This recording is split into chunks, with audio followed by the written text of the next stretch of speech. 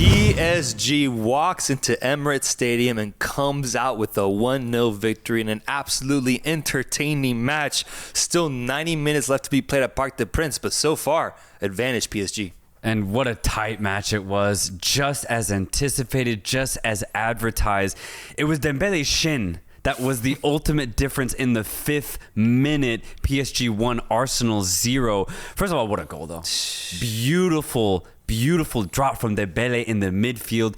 Eventually, the ball finds its way to Kvaratskhelia, who then just immediately attacks Arsenal's defense. Yep. Nice little poke pass to Dembele, and he hits it so well. Incredibly difficult ball that he's given. He hits it one time with as much force as he can, and it goes perfectly into the inside of the post. PSG go up early, and honestly, for the next 15 minutes, it looks like they were going to get a second, but Arsenal ultimately weathered the storm. I think that's what defined this game at the end of the day was who could settle into the match more comfortably right off the bat. And I do think in those first 10, 15 minutes, Arsenal just couldn't find their rhythm. They were looking a little nervy. The moment was looking a little big. Yeah. And PSG looked like soldiers out there, just ready to execute Luis Enrique's plan. And it was shown in that build-up leading up to the Dembele goal, which I just want to highlight. Like, it could have whisked any player. It could have touched any player on the way there. It was the most inch-perfect shot. Fate. You can call it fate. You can call it luck. You can call it skill. But it's Dembele once again, bro, improving his Ballon d'Or stock, scoring the game-deciding goal today, which was great for PSG in that moment. Gives them the 1-0 lead, that confidence to build off of. But then the game definitely changed. The momentum definitely changed around like the 30th minute. Desiree Doué with an incredible opportunity, but it's David Raya keeping Arsenal in it with his strong fist, keeps it 1-0. And I feel like in those last 15 minutes, we saw a better version of Arsenal, the version that I expected to see, that was offensively threatening, but also a little bit more sturdy defensively. No, absolutely. Arsenal, honestly, I would say for the rest of the match, looks so much more comfortable, and it looked like they were going to get the goal to maybe equalize. And started the second half, it looked like they actually pulled it off, but it was, half yard offside. And it's just very unlucky at the end of the day. PSG holding their line against Arsenal's interesting set piece tactics. I think PSG should deserve to win this game, but it definitely is giving me shades of that Liverpool match when PSG went to Anfield, got a 1-0 result, and it was through the same mood of Dembele coming deep and just wreaking havoc in that manner. What I really like about PSG, and it's why I have them ultimately lifting the trophy, is they can have these type of performances where they come in as the away opponent and completely dominate for periods throughout the match. Those first opening 20 minutes, that's where PSG wins games, because no opponent so far has been able to actually hold PSG. When PSG dominates the ball the way that they do in those 20, 30 minutes in every match, not a single team has been able to keep them at bay. It's how PSG won this match. It's how I think they'll do it in the second leg and potentially the final. But this game's still incredibly tight, man. The second leg, there's still a lot to be done. Arsenal's not out. They're not out whatsoever. As we saw in that PSG-Liverpool match, going to penalties, this could have a similar fate. I think this game is obviously definitely still up in the mix. That second leg is going to be ridiculous at the Parc des Princes, and PSG does have the advantage. But, I mean, I think Arsenal played pretty well. I don't think they played their best game, but, I mean, I'm keen to say that they deserved a tie. I think they deserved a tie, and I think the difference maker, the reason why they didn't get that tie today, was the presence of Gianluigi Donnarumma, bro, who has done it against Liverpool, who has done it against Aston Villa, and is now doing it against Arsenal in these 90 minutes. I counted 2 just straightforward opportunities that could have been in the back of the net if you have any other goalkeeper in there that isn't Donnarumma right now, because he is currently in the best form of his life and currently the best goalkeeper in the world just by the way he's been playing these past few weeks. It's ridiculous what he's doing. Specifically, I'm speaking about the Trossard opportunity, man.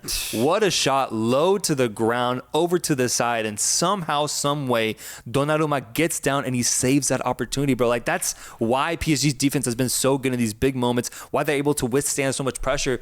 Not just that back line, bro. It's Donnarumma specifically stepping up the way that he has done this entire knockout stage has been ridiculous, and he just continues to impress me, man. So I got to give him credit as well as Arsenal credit, because I think if any other goalkeeper is in between those sticks right now, they might come out of this game with a 1-1 tie. They generated the opportunities, just couldn't get that right finish to get it past the Italian, and Donnarumma ends up giving PSG that clean sheet today. So if you're Arsenal, are you disappointed?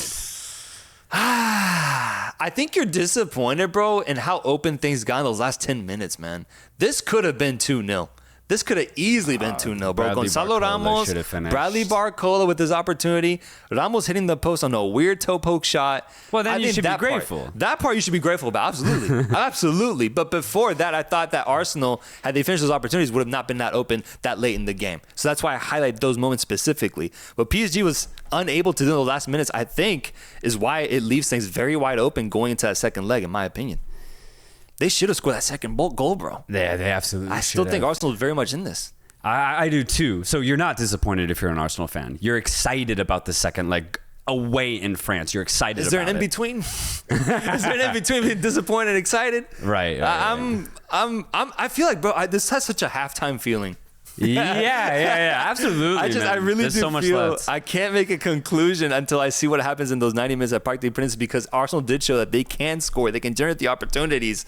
But, will they actually be able to do it? You're not worried that Saka, Martinelli, their lack of finishing, you're not worried about that at all?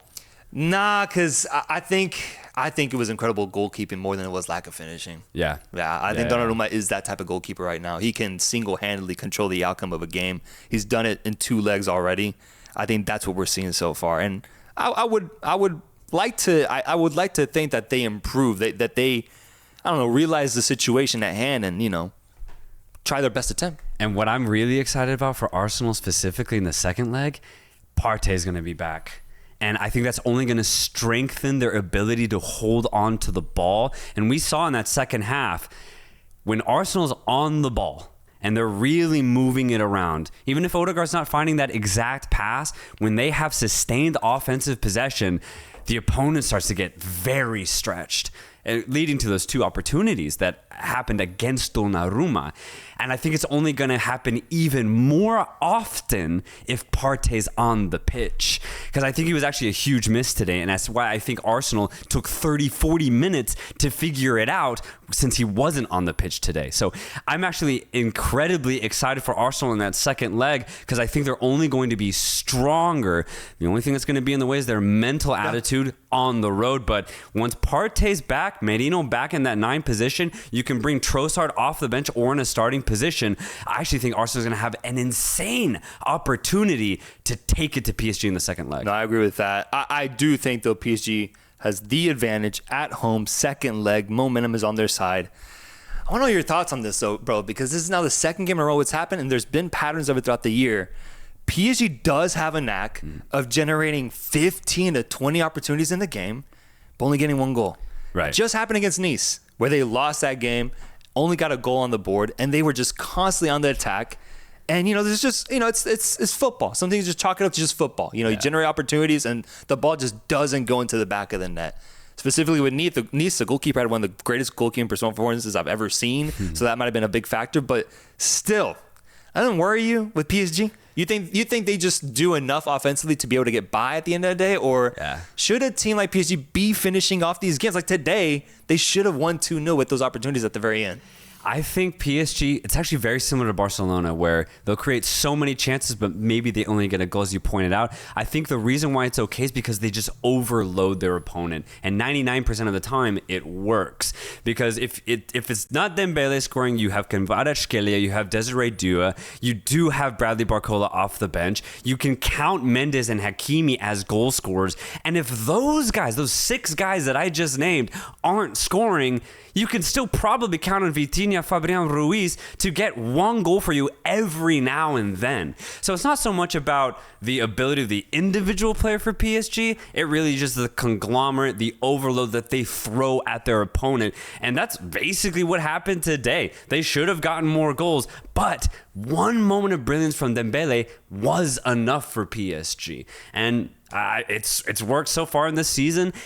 I don't think it's a negative to this side. I think it's just how they play. And it really shows with how PSG under Luis Enrique have played these last 6 months. It's just all-out offense. And even when they do go a little conservative, they still try to hold onto the ball and try and break you with these really good one-touch movements. So I just love PSG and how offensive they are. Man, I just think it's in their DNA to just go at you. And they don't really have big goal scorers, but they have so many offensive weapons.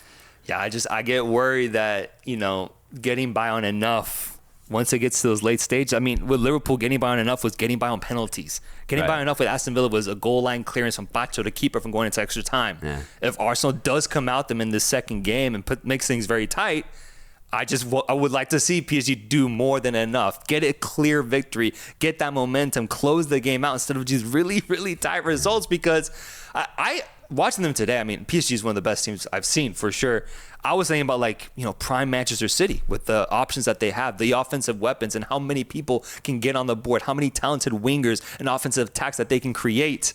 But Man City was good about putting these games away, bro. They didn't let things get tight at all. They were much more clinical, in my opinion. That's the only little flaw I can see with this PSG side that is seemingly reoccurring, that I get a little worried about going into the latter stages. But be it, the field is wide open this year. Maybe getting by on enough is enough to get the result. Yeah, that's actually a great point, because, I mean, prime Man City I consider one of the best clubs ever.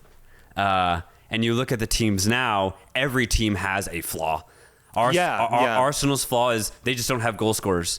PSG's flaw is they let games become open. Yeah. Barcelona's flaw is they press too hard defensively, which leads them wide open for counterattacking. Inter Milan's flaw is they don't have a good sustained offensive pressure. They just absorb, and try and hit out only on counterattacks. So that's actually a great point. I think all 4 teams in the semifinals have one major flaw, which makes this wide open. I know, man. It's so exciting. Folks, let us know, what did you think about today's performances from both Arsenal and PSG? Your predictions for the second leg. Let us know down below.